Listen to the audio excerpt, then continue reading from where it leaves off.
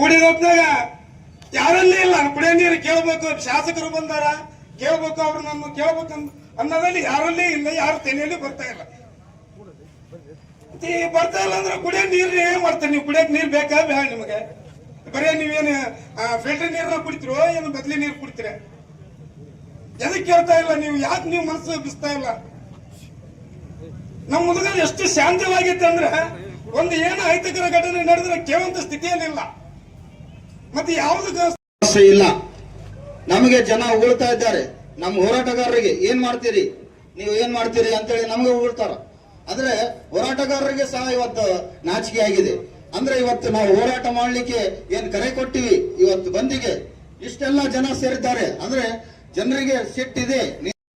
ಮೊದಲನೆಯ ಸಮಸ್ಯೆಯ ಬಗ್ಗೆ ಇವತ್ತು ಹೋರಾಟ ಹಮ್ಮಿಕೊಂಡಿದ್ದಾರೆ.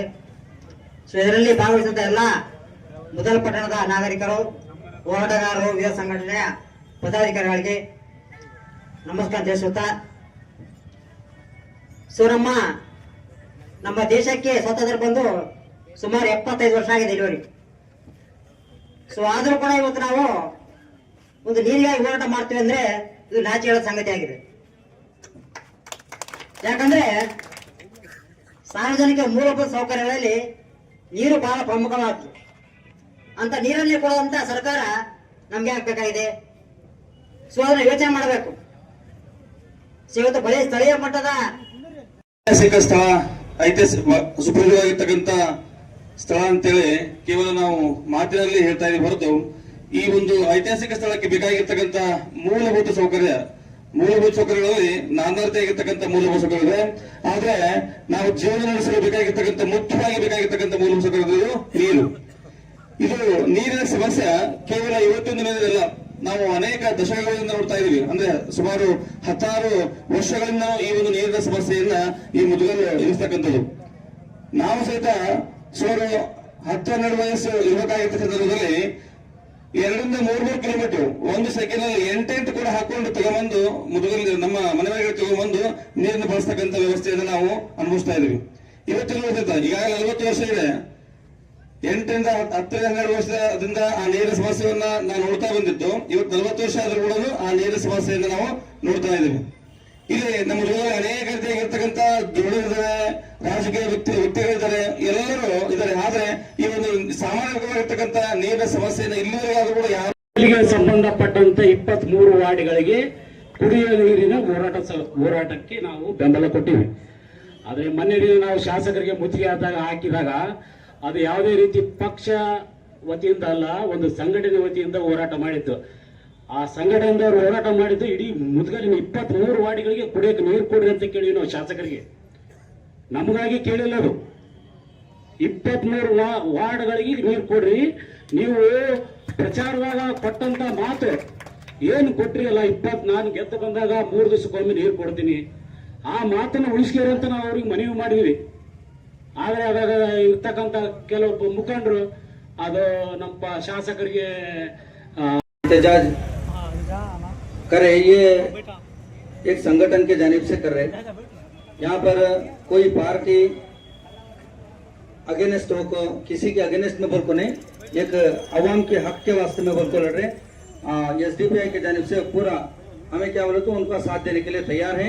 हमेशा आप इस तरह अवामी हुकूमत अवाम के हक के लिए लड़ते रहेंगे तो इंशाल्लाह पूरी तरह से भरपूर साथ देने के लिए हम तैयार हैं। और यहाँ पर जो भी आर्गुमेंट करने की जरूरत नहीं है। हमारे शरणप्पा परसों जो बात करे, हकीकत में बोलना बोले तो ऐसा बात करे बोले तो हुकूमत में रहने वाले को सवाल करे तो जिंदा है बोल तो मालूम होता। ಎಲ್ಲರೂ ಸಹಕರಿಸಿ ಒಳ್ಳೆಯದು ಮಾಡಿಕೊಂಡು ಇದನ್ನು ಜಾತಿ ಬೇರೆ ಯಾರೂ ಇಲ್ಲ, ಎಲ್ಲರೂ ಒಂದೇ. ನಾವು ನಮಗೆ ಬೇಕಾಗಿರೋದು ನೀರು. ದಯವಿಟ್ಟು ಅವರು ಸಹಕರಿಸಿ ರಕ್ಷಣಾ ವೇದಿಕೆಯವರಿಗೆ ಸಹಕಾರ ಕೊಡಬೇಕಂತ ಈ ಮೂಲಕ ಕೇಳಬೇಕು. ಸ್ವಾರ್ಥಕ್ಕಾಗಿ ಏನು ಇದನ್ನ ಮಾಡ್ತಾ ಇಲ್ಲ. ಇನ್ನೊಂದು ನೋವಿನ ವಿಚಾರ ಏನು ಅಂದ್ರೆ, ಸುಮಾರು ನಮ್ಮ ಕರ್ನಾಟಕ ರಕ್ಷಣಾ ವೇದಿಕೆಯವರು ಒಂದು ವಾರದಿಂದ ಇದನ್ನ ಅನೌನ್ಸ್ ಮಾಡ್ತಾ ಇದ್ದಾರೆ. ಆದ್ರೂ ನಮ್ಮ ಊರಿನಲ್ಲಿ ಕೇವಲ ಕಾಲು ಭಾಗವಷ್ಟೇ ಜನರು ಇಲ್ಲಿ ನೆರೆದಿದ್ದಾರೆ. ಇನ್ನು ಮುಕ್ಕಾಲು ಜನ ಇನ್ನೂ ಬಂದಿಲ್ಲ. ಇದು ಹೋರಾಟದ ಒಂದು ವ್ಯವಸ್ಥೆ ಅಲ್ಲ. ಹೋರಾಟ ಅಂದ್ರೆ ಅದು ಬೇಕಾಬಿಟ್ಟಿಯಾಗಿರಬಾರದು, ಅದು ಕೆಚ್ಚದೆಯಿಂದ ತುಂಬಿರಬೇಕು. ಈ ಹೋರಾಟದಲ್ಲಿ ನಾವು ಆತ್ಮ ವಿಮರ್ಶನೆ ಮಾಡಿಕೊಳ್ಳುವುದರ ಮುಖಾಂತರ ಇದರಲ್ಲಿ ನಾವು ಭಾಗಿಯಾದಾಗ ಮಾತ್ರ ಈ ಹೋರಾಟಕ್ಕೆ ಒಂದು ಅರ್ಥ ಬರುತ್ತೆ. ಸುಮಾರು ನಮ್ಮ ಮಾತನಾಡುವಾಗ ಭಂಡಾರಿಯವರು ಸೊಗಸಾಗಿ ಮಾತನಾಡಿದರು. 75 ವರ್ಷಗಳ ಈ ಸ್ವಾತಂತ್ರ್ಯದ ಹೋರಾಟದಲ್ಲಿ 78ನೇ ವರ್ಷ ಈಗ. ಇನ್ನು ದೇಶದ ಮೂಲೆ ಮೂಲೆಗಳಲ್ಲಿ, ನಾಡಿನ ಮೂಲೆ ಮೂಲೆಗಳಲ್ಲಿ ನೀರಿಗಾಗಿಯೇ ನಾವು ಹೋರಾಟ ಮಾಡ್ತಾ ಇದ್ದೇವೆ ಅಂದ್ರೆ ಇದು ದೇಶವನ್ನು ಆಳ್ತಕ್ಕಂಥ, ರಾಜ್ಯವನ್ನು ಆಳ್ತಕ್ಕಂಥ ಜನಪ್ರತಿನಿಧಿಗಳಿಗೆ ನಾಚಿಕೆ ಆಗುವಂತ ವಿಚಾರ. 70 ಅತ್ಯವಶ್ಯಕವಾಗಿ ಬೇಕಾದಂತ ಮೂಲಭೂತ ಸೌಕರ್ಯಗಳು. ಬಂಧುಗಳೇ, ಈಗಾಗಲೇ 1978 ರಿಂದ ಇದು ಹೋರಾಟ ನಡೆದೇ ಇದೆ.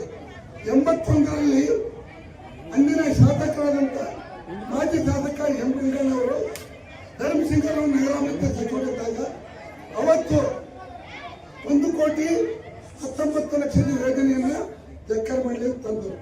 ಇದು ಹಂತ ಹಂತವಾಗಿ ತನ್ನ ರೂಪರೇಷೆಗಳನ್ನು ಜನಸಂಖ್ಯೆ ಹೆಚ್ಚಾದಾಗ ಬದಲಾವಣೆ ಆಗುತ್ತಾ ಹೋಯಿತು.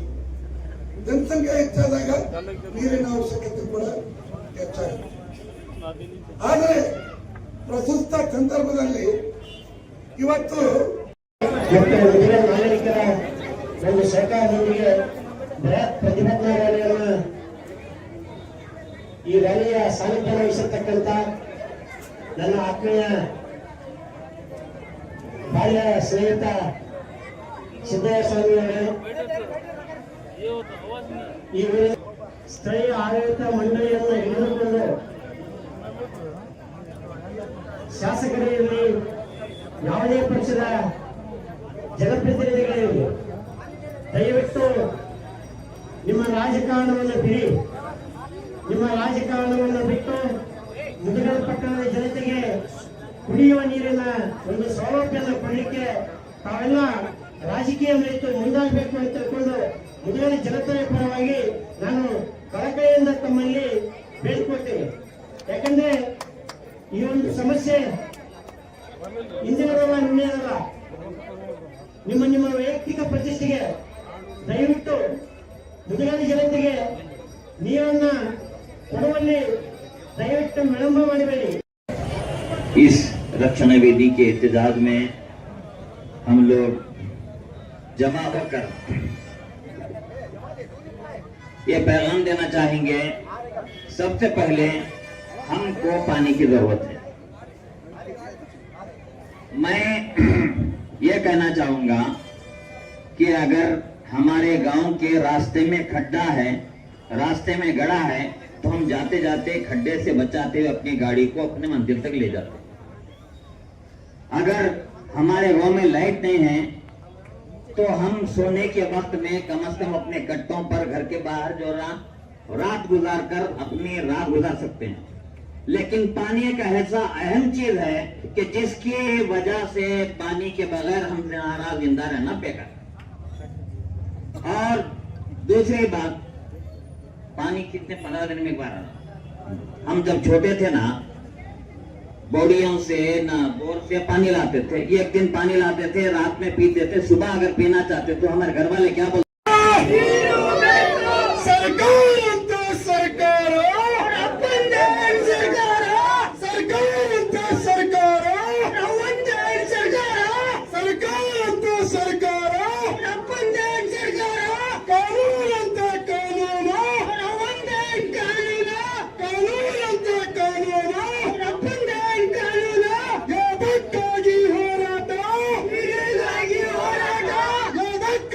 ಹೋರಾಟ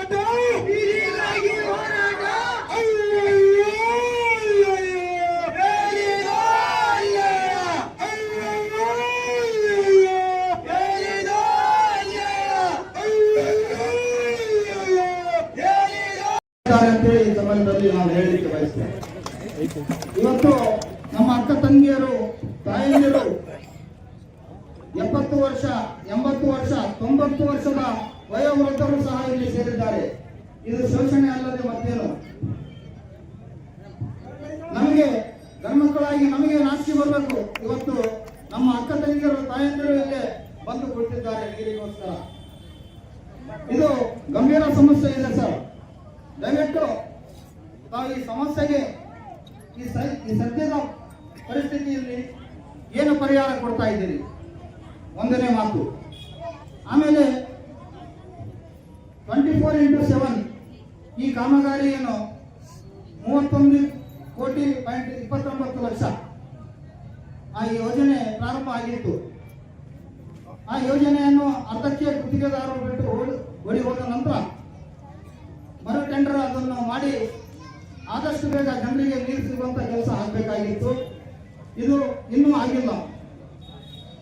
ಈಗ ಹೊಸ ಯೋಜನೆಗೆ, ಮುಂದಿನ ಯೋಜನೆಗೆ ಹಿಂದಿನ ಅಂದಾಜಿಗಿಂತ ಈಗ ಹೆಚ್ಚಿನ ಅಂದಾಜಾಗಿ 44 ಕೋಟಿ ಈಗ ಅಂದಾಜು ವೆಚ್ಚ ಆಗಿದೆ. ಇದು 44 ಕೋಟಿ ದೊಡ್ಡದಲ್ಲ. ಶಾಸಕರು ಮನಸ್ಸು ಮಾಡಿದರೆ ತಮ್ಮ ಅನುದಾನದಲ್ಲಿ ಅದನ್ನು ಕೊಡಬಹುದು. ಶಾಸಕರು ಮನಸ್ಸು ಮಾಡಿದರೆ KKRDBಯಲ್ಲಿ 4,000 ಕೋಟಿ ಅಷ್ಟು ಹಣ ಇದೆ. ಅದರಲ್ಲಿ ಅವರು ತಗೊಂಡ್ಬಂದು ಮಾಡಬಹುದು, ದೊಡ್ಡದಲ್ಲ. ಆದರೆ 2 ವರ್ಷ ಆಯಿತು ಚುನಾವಣೆ ಆಗಿ. ಚುನಾವಣೆ